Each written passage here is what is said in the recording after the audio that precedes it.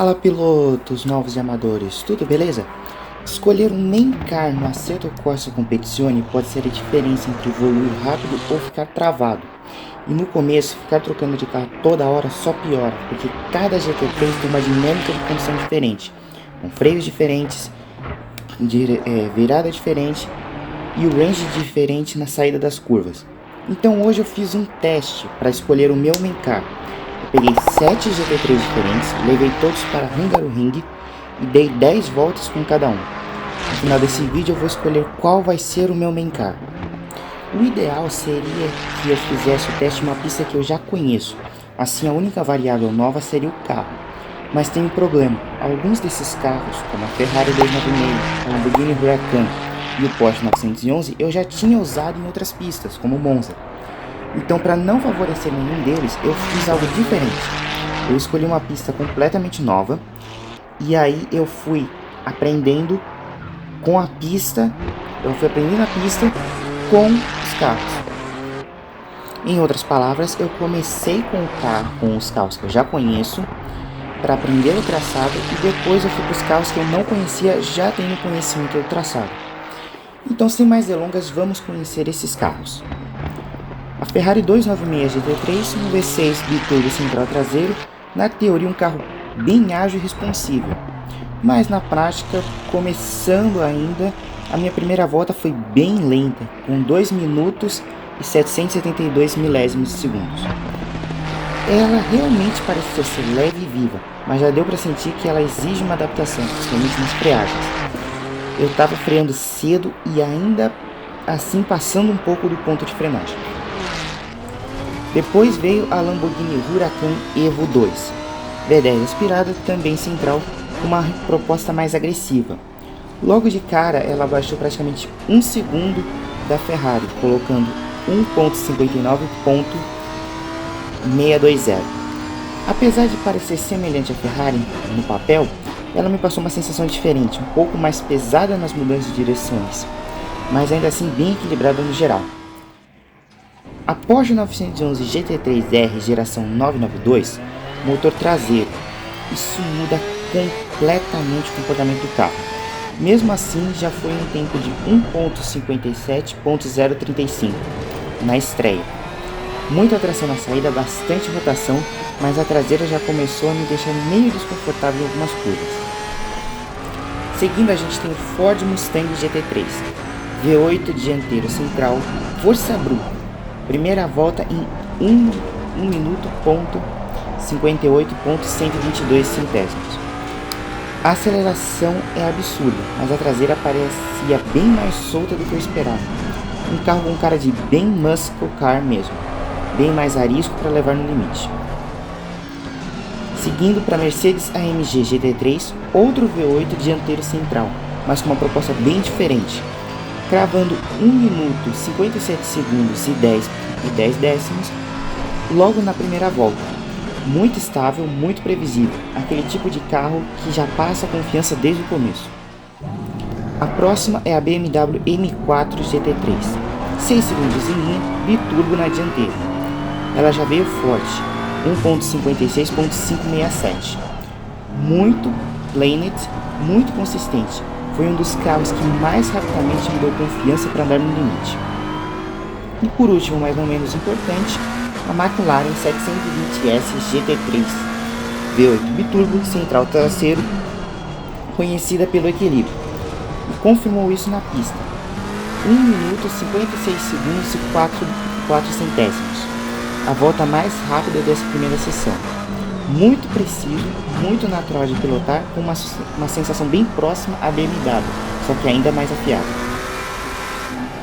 Se fosse só pela primeira volta, a McLaren 720S já levava fácil, mas a corrida de verdade não acaba na primeira volta. Então agora, o que vale de verdade, 10 voltas com cada carro, e quem sobreviveu depois da adaptação. Bom, não seria Noob Drive sem umas nubadas, né? Eu simplesmente esqueci de salvar o replay das minhas 10 voltas com a Lamborghini Huracan GT3 Evo 2. Então, essa vai ficar só no feeling mesmo. Agora começando por dois carros que são bons, mas que têm uma característica bem específica. O Porsche 911 GT3R e o Ford Mustang GT3. Esses dois carros são rápidos sem dúvida nenhuma, mas pelo menos por agora não são carros para mim. O Porsche com motor traseiro tem uma traseira muito mais pesada, e isso acabou gerando várias saídas de traseira e até uma rodada. Já o Mustang foi ainda mais extremo, de longe o carro mais nervoso dos 7. Além das traseiradas, eu cheguei a perder completamente o controle e bater de frente. Qualquer tentativa de ser mais agressivo com ele acaba em erro. E nesse momento da minha experiência de sim racing, a última coisa que eu preciso é lutar contra o carro enquanto ainda estou aprendendo e evoluindo. Por isso, tanto o Porsche quanto o Mustang estão fora da disputa pelo meu main car. São carros rápidos, mas que exigem um nível de controle que eu ainda estou construindo. Agora, começando pela Ferrari 296 GT3, aqui vem uma das maiores evoluções do teste. Sai de 2 minutos e 720 milésimos na minha primeira volta para 1 minuto 53 177 depois de 10 voltas. Uma queda absurda de tempo, que mostra bem o potencial do carro quando você começa a entender a pista. E na prática, ele se confirmou como um carro forte. Teve sim alguns momentos de traseira, mas diferente de outros carros, aqui isso não virou um problema. A 296 é um carro previsível. A maioria das vezes, a traseira saía quando o carro estava em inércia, sem acelerar e sem frear, onde ele fica leve e perde aderência. Mas era sempre algo fácil de corrigir. Nunca passou aquela sensação de perder o carro. E tem um detalhe secundário, mas que para mim faz diferença: a câmera traseira. No meu caso, usando um monitor 16:9, ela fica bem dentro do meu campo de visão, e isso ajuda muito na noção de espaço durante a corrida. Porque ajuste de FOV nas configurações do jogo, para mim está fora de questão. Por experiência em FPS, e mexer no FOV muda a sensação de velocidade, e isso pode acabar atrapalhando mais do que ajudando na pilotagem. Então, no geral, a Ferrari 296 não só entregou desempenho, como também passou confiança, e isso pesa muito. Agora a Lamborghini Huracan GT3 Evo 2. Aqui a evolução foi bem mais normal. Saí de 1.59.620 para 1.55.640 depois das 10 voltas. Diferente da Ferrari, ela me pareceu um carro mais pesado. Isso dificultou um pouco mais para tirar o tempo. Na última volta, tentando extrair o máximo, eu simplesmente acabei vendo o mundo ao contrário. E no fim das contas, essa evolução mais limitada pesou. Não é um carro ruim, longe disso, mas comparado aos outros, ele não encaixou tanto comigo. Então, por enquanto, a Lamborghini também está fora da disputa pelo meu main car. Agora a Mercedes AMG GT3. Aqui a evolução também foi dentro do esperado. De 1.57.010 para 1.53.475. E apesar de ter o mesmo conceito do Mustang, motor V8 na dianteira, a proposta é completamente diferente. O AMG é muito mais amigável. Em vez de ficar tentando domar o carro, eu consegui focar em buscar tempo de volta. E aquele tipo de carro estável, previsível, que te deixa pilotar com confiança desde o começo. Mas ele tem um ponto negativo importante para mim: o retrovisor. Diferente da Ferrari, que usa uma câmera traseira dentro do campo de visão, o AMG tem um retrovisor convencional, que no meu monitor 16:9 fica parcialmente fora da tela. Pode parecer um detalhe, mas em corrida isso faz diferença. Então, no geral, o AMG se mostrou um carro muito consistente, mas com esse pequeno ponto contra na usabilidade. Agora entrando em dois carros que mais se destacaram no teste: a BMW M4 GT3 e o McLaren 720S GT3. Aqui os números já mostram o nível dos dois. A BMW saiu de 1.56.567 para 1.51862 e a McLaren foi de 1.56.400 para 1.51.350. Ou seja, as duas tiveram evoluções muito parecidas e as duas foram de longe os mais rápidos depois da adaptação. Além disso, ambas usam câmera traseira dentro do campo de visão, o que para mim já é um ponto muito positivo. Na pista, as duas passaram uma sensação bem parecida: carros equilibráveis, confiáveis, que deixam você focar em andar rápido. Mas tem um detalhe que começa a separar as duas: a consistência. A BMW, apesar de ser muito rápida, teve algumas voltas bem mais lentas que o esperado. Já a McLaren se manteve mais constante, entregando voltas rápidas com mais regularidade. E nesse nível, consistência começa a pesar tanto quanto a velocidade. Agora, para fechar a escolha, com Porsche, Mustang e Lamborghini fora, sobraram 4 carros: a MG GT3, BMW M4, McLaren 720S e a Ferrari 296. A começar pela MG, ela já perde força por um motivo simples: foi a mais lenta entre os 4, teve o menor crescimento e ainda tem a questão do retrovisor fora do meu campo de visão.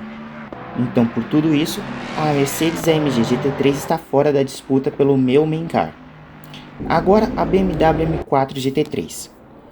Mesmo sendo a segunda mais rápida, teve um problema importante: inconsistência. Ela teve voltas muito boas, mas também algumas bem abaixo do esperado. E para main car, consistência é essencial. Então ela não leva o título, mas também não sai desse ano. Pelo contrário, pela velocidade e pela pilotagem gostosa, a BMW vira o meu carro reserva. E aí sobra o dilema final: ir no carro mais rápido ou no carro que mais evoluiu comigo. De um lado, a McLaren 720S é a mais rápida, extremamente consistente e muito fácil de extrair tempo. Do outro lado, a Ferrari 296, o carro que mais evoluiu, previsível e que me passou muita confiança para andar no limite. E aqui entra um fator que não dá para ignorar: o emocional. Porque, sendo bem honesto, como ferrarista, a escolha acaba sendo inevitável. A Ferrari 296 GT3 é o meu main car, mas isso não significa que os outros ficam para trás. A McLaren 720S também entra como reserva, junto com a BMW M4. Ou seja, são carros que entram em ação depois que a pista já estiver dominada, quando o foco deixa de ser aprender e passa a ser extrair o máximo de desempenho.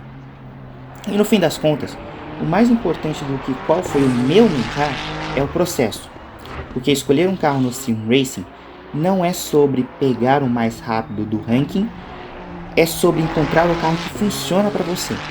Então, se você está começando ou ainda não decidiu o seu main car, testa isso. Pega alguns carros, leva para uma pista que você conhece, faz algumas voltas para conhecer e depois dá umas 10 voltas de verdade com cada um. Presta atenção em 3 coisas: consistência, confiança e quanto você consegue evoluir com o carro. Porque no final, o melhor carro não é o mais rápido no papel, é o que te faz andar mais rápido na pista. E eu agora quero saber, qual é o seu main car no Assetto Corsa Competizione? Deixa aqui nos comentários. E se quiser, me conta também como foi o seu processo de escolha. Valeu por assistir, fiquem com Deus e até a próxima!